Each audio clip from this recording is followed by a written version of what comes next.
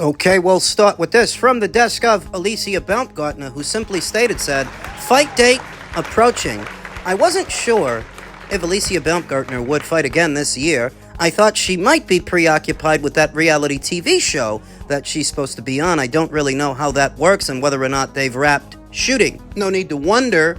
It would seem that she's got a fight coming down the pipeline. Rumor has it that Elif Turhan, the IBF lightweight champion, is the next fighter set to be announced as being co-promoted by both Matchroom and MVP. And if that rumor rings true, it would be in keeping with this fight news from Alicia that she may be on the eve of finally leaving the super featherweight division to move up to lightweight to see about becoming a two-weight world champion and taking a step closer to that Caroline Dubois fight. She was paying attention to Elif Turhan's last fight where she looked very human, very beatable, and expressed an interest in beating her. I think she can. Now, it's not the Caroline Dubois fight that everybody is asking Alicia to have, but it may quell some of the naysayers if Alicia becomes a champion at the same weight as Caroline, because if nothing else, it's a step in that direction. Right. So if this rumor rings true, and Elif Turhan is the next fighter to be co-promoted by both Matchroom and MVP, what does that really entail? What does that really mean? Has Matchroom become a feeder system for MVP's Valkyries to where you're pawning off your fighters on them? Because if you are, then that's not really co-promotion, is it? It's more like you're done promoting certain fighters and now you're gonna let MVP use them. If Elif Turhan were to go to the MVP side of things and lose to Alicia Baumgardner, well, I don't think Matchroom is going to promote her anymore. It's not really co-promotion then, is it? You gotta figure for Matchroom it's a little bit difficult to promote a female fighter from Turkey that doesn't speak a lick of English. It's hard enough to promote the women fighters who actually can speak English. It's even harder for the ones who can't. Elif Turhan became a Matchroom fighter after knocking out a then unbeaten Shauna Brown in what looked to be an upset, and since then, Matchroom have promoted at least 2 or 3 of her fights,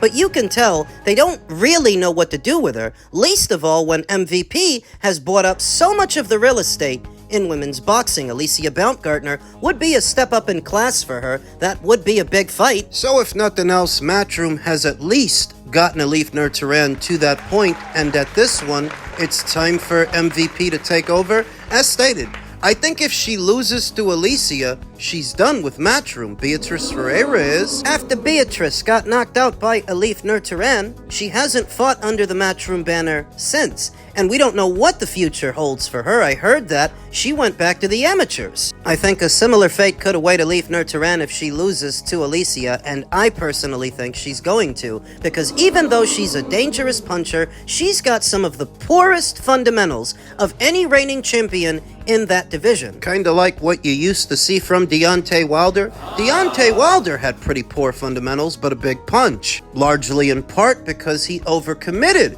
to the power shots, leaving himself wide open to be countered, taking big chances against low-quality opposition. It worked for a while, up until it didn't. I think a similar fate awaits Elif Turhan. Throws those wide shots you could fit a couch in between. It's very easy to counter her so long as you can stay composed.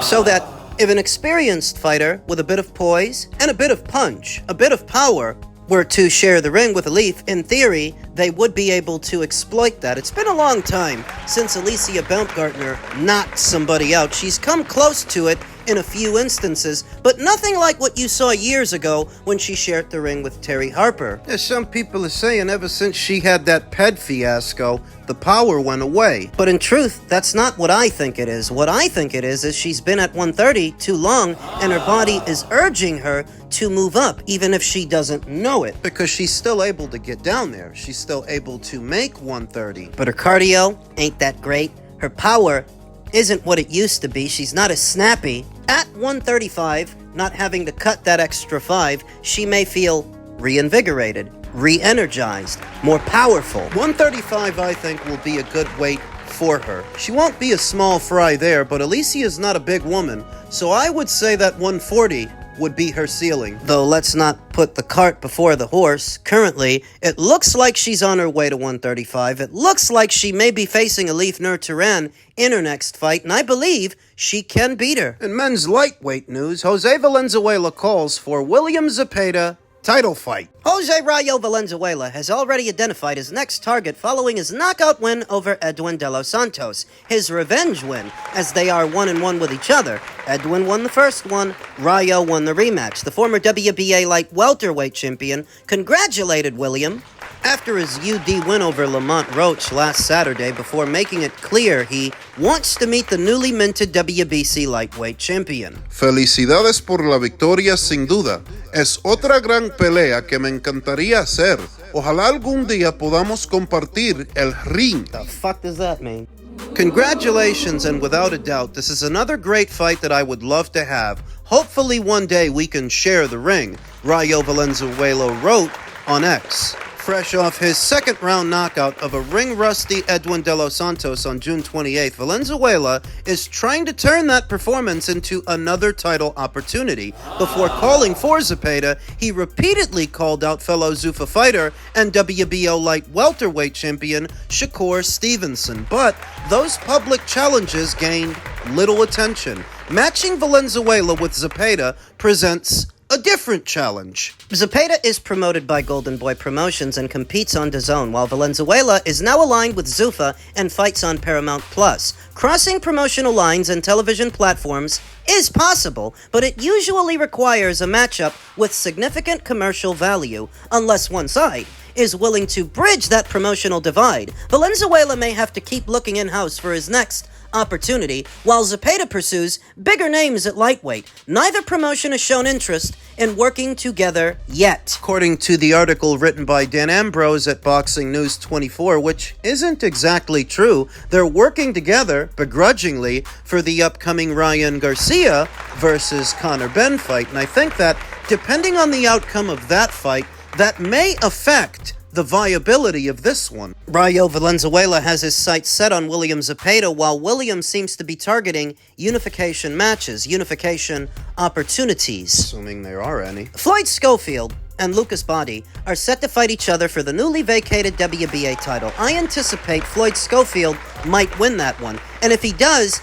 I don't see him fighting William Zepeda. I don't see Floyd taking that chance. They've been so careful with him up to this point, they're not going to throw caution to the wind now that he might win a belt. The IBF champion Raymond Murataya, who just fought, indicated that he may be on the verge of moving up to 140 pounds and potentially becoming Shakur Stevenson's mandatory challenger. That would make him unavailable for a William Zepeda fight. So he's out. Leaving only Abdullah Mason, the WBO champion, available for William to unify with. Abdullah Mason, who Timothy Bradley says would beat William Zepeda in a tough fight. Zepeda used intelligent pressure to defeat Lamont Roach by UD and win the vacant WBC lightweight title this past weekend in Vegas, his first major crown. The 30-year-old Mexican has many options as champion. The best, according to Bradley, is the WBO champion Abdullah Mason, and a matchup between them is realistic since they both fight on DAZN. Who would win?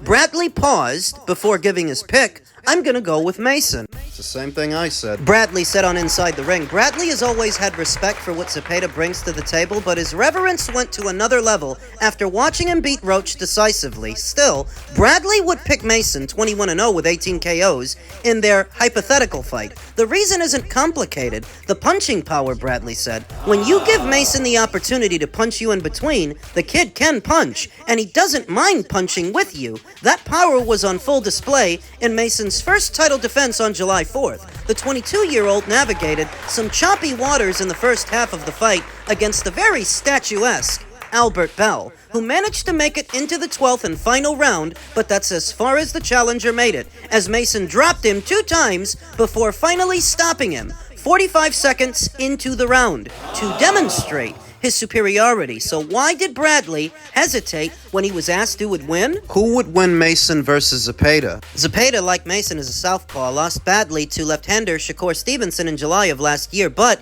gained valuable knowledge. And Zepeda defeated southpaws in Tevin Farmer 2 times and Maxie Hughes. Bradley believes he would be well prepared for Mason. What would concern me about this fight with Zepeda is if they were to fight, is the pressure, the volume, but even more, it's southpaw versus southpaw, Bradley said. That's going to favor Zepeda if you look at the track record of Zepeda and all the southpaws that he has faced in his career, and he's fought the best one yet. I personally would not overstate the role of them both being southpaws, as I don't think that's important. I would still favor Abdullah Mason to beat him for the simple fact that Abdullah has the power that Lamont Roach didn't have. It's not enough to be a good counterpuncher. There's got to be some mustard on that hot dog. Otherwise, you're gonna burn out the fan in the air fryer. What the fuck does that mean? Not the best parallel, I know, but without power on the shot, it's not enough to just pot shot a pressure fighter. They're gonna drown you eventually if you can't keep them off. Like what we saw this past weekend where Abdullah, he's got pop on his punches, power in his shots. I think he can hurt William. I think he can stop it. We saw in the Albert Bell fight that he carries devastating power late into a fight. And we also saw in the Sam Noakes fight that he can still work under pressure, because Sam Noakes of the UK is a lot like William Zepeda. He's a big, strong guy. He's a pressure fighter, a volume puncher, valuable experience for young Abdullah. So that if he were to fight William, I would favor him to win. I don't know how much Golden Boy Promotions would want to make that fight for their newly minted lightweight champion. Why do that when you can send him over to Zuffa momentarily to beat up their guy and make a big windfall? Now circling back to Rayo Valenzuela's expressed interest in doing that fight. Just imagine that in September, Ryan Garcia knocks out Conor Benn, Zuffa's flagship fighter, then he's back over to Golden Boy to finish out his contract. Golden Boy Promotions is making money out of Ryan's purse, so who's to say they wouldn't do the same thing with William Zepeda? If Zuffa were to make an offer to bring William over for one fight, just like what they're doing with Ryan, Doing it for Rayo. Golden Boy might let him go over there depending on the size of the offer. And we all know by now that Zuffa's paying the best money in boxing right now. A Rayo Valenzuela fight would actually be a good rehearsal for an Abdullah Mason fight. Because Rayo, like Abdullah Mason, is a southpaw.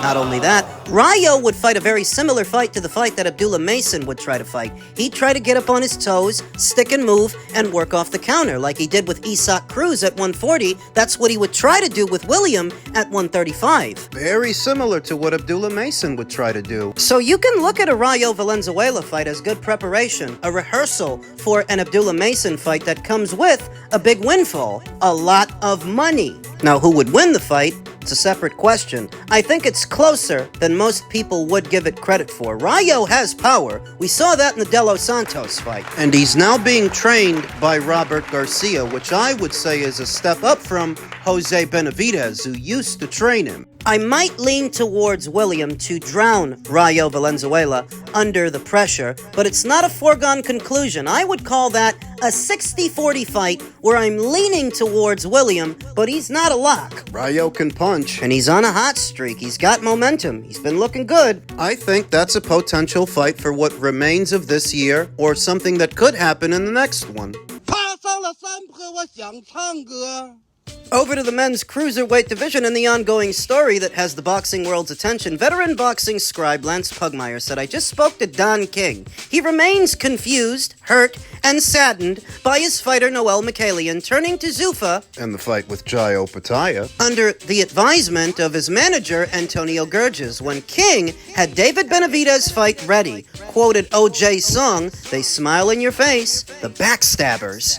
Except it's not Noel Mikaelian or Anthony Gurges that has a reputation for backdooring their own people. It's Don. And this isn't even the first time that Noel and Don weren't seeing eye to eye. So if the Jai Opetaia fight stands to get Noel more money, why is it that Don wants him to go fight David? Whatever contract he drew up with Samson Lukowicz that may or may not have been signed by Noel may have it written in the fine print that Don King gets a hefty piece of the pie. That might be why he would prefer Noel fight David instead of Jai. Even if the Jai fight gets Noel more money, it may not necessarily get Don more money. Maybe not. I'm just bouncing ideas around. There's gotta be a reason that Don prefers that he fight David over Jai. Perhaps it's easier to cook the books on a peanut show like the David Benavidez fight as opposed to trying that when there's a major promotional outfit involved with a lot of money and a lot of lawyers. I don't see boxing's resident Greta Thunbergs clutching at their pearls over this situation. Maybe it's because in this situation, Zuffa Boxing, they ain't the bad guys. They're the ones trying to get the fighters more money. And no matter what you want to say about Dana White and how he treats his MMA fighters at the UFC, he still has yet to catch up to Don King's reputation for jerking his own fighters. If that's what this is all about, ensuring that the fighters are treated fairly and they get to make the most money possible, accepting the best offers, then this should be a relatively simple situation. Should be easy for Don King to make his decision. If the people at Zuffa are offering your fighter more money than the PBC is offering your fighter... Do I gotta spell it out for you? No, I don't get the impression that Don actually has Noel Mikaelian's signature on whatever it was he drew up alongside Samson Lukowicz. You guys thought you could iron out a deal amongst yourselves without involving the fighter. Iron out the terms of engagement, the percentages, draw up the contract, but there's one thing missing, and I think that's Noel Mikaelian's signature, because if you had it, he wouldn't have been able to accept anything from Zuffa, yet he already has. And maybe it's because he knows, no matter what you two were doing, I didn't sign nothing. I didn't sign shit. You can't take me to court for a breach of contract when I didn't sign one. And to do what?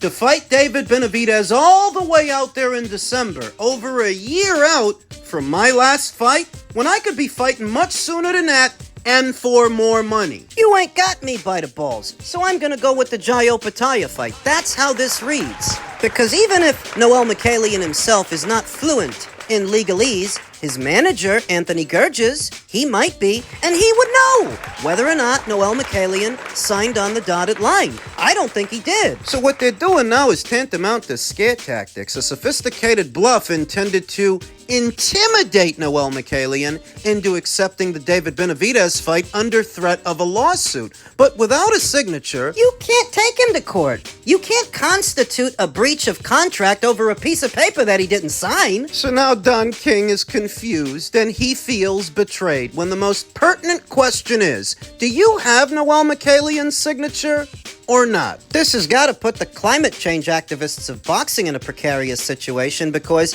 they want to keep up the narrative against Zuffa and their supposed dubious business practices, but to do that, they would have to take Don King's side. 歌声唱给我妹妹听啊。